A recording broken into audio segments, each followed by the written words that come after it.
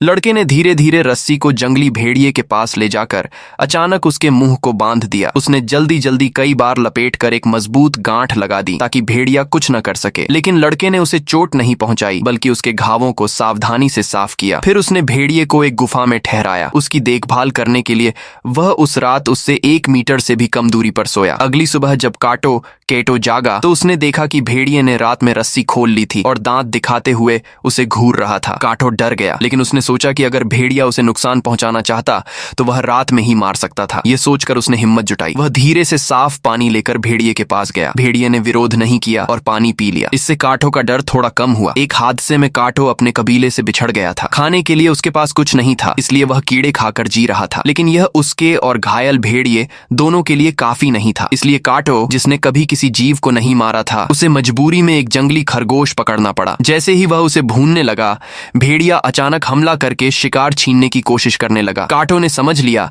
कि अगर वह पीछे हटेगा तो वह खुद शिकार बन जाएगा। उसने कच्चे मांस का एक बड़ा टुकड़ा काट कर खा लिया ताकि भेड़िए को दिखा सके कि शिकार उसका है। आखिरकार आग जल गई और काटो ने खुद खाना खाया। भेड़िया अब शांत हो गया और धीरे धीरे कराहने लगा। खाना खत्म होने के बाद काटो ने उसे भी मांस का एक टुकड़ा दिया। यह दया नहीं थी बल्कि एक नियम था। काटो खाना देगा और भेड़िया उसके नियम मानेगा। धीरे धीरे उनके बीच भरोसा बनने लगा, लेकिन पूरी तरह नहीं। कुछ समय बाद जब काटो के घाव ठीक हो गए तो उसने अपने कबीले वापस जाने का फैसला किया। जब वह जाने लगा तो भेड़िए ने उसका स्कार्फ पकड़ लिया और छोड़ना नहीं चाहा। आखिरकार काटो ने उसे छुड़ाया और अकेले निकल पड़ा। लेकिन थोड़ी दूर जाने के बाद भेड़िया फिर उसके पीछे आ गया। वह उसे छोड़ना नहीं चाहता था। अचानक भेड़िया आगे भागा और काटो को एक जंगली सुअरों के झुंड तक ले गया। ये शिकार का अच्छा मौका था, लेकिन काटो की गलती से मौका निकल गया। भेड़िया नाराज हुआ, लेकिन बाद में काटो ने अपना आखिरी खाना उसे दिया। धीरे धीरे उसने सीटी बजाकर उसे बुलाना सिखाया। अब जब भी काटो सीटी बजाता, भेड़िया उसके पास आ जाता। दोनों ने मिलकर जीना सीख लिया। एक शिकार करता,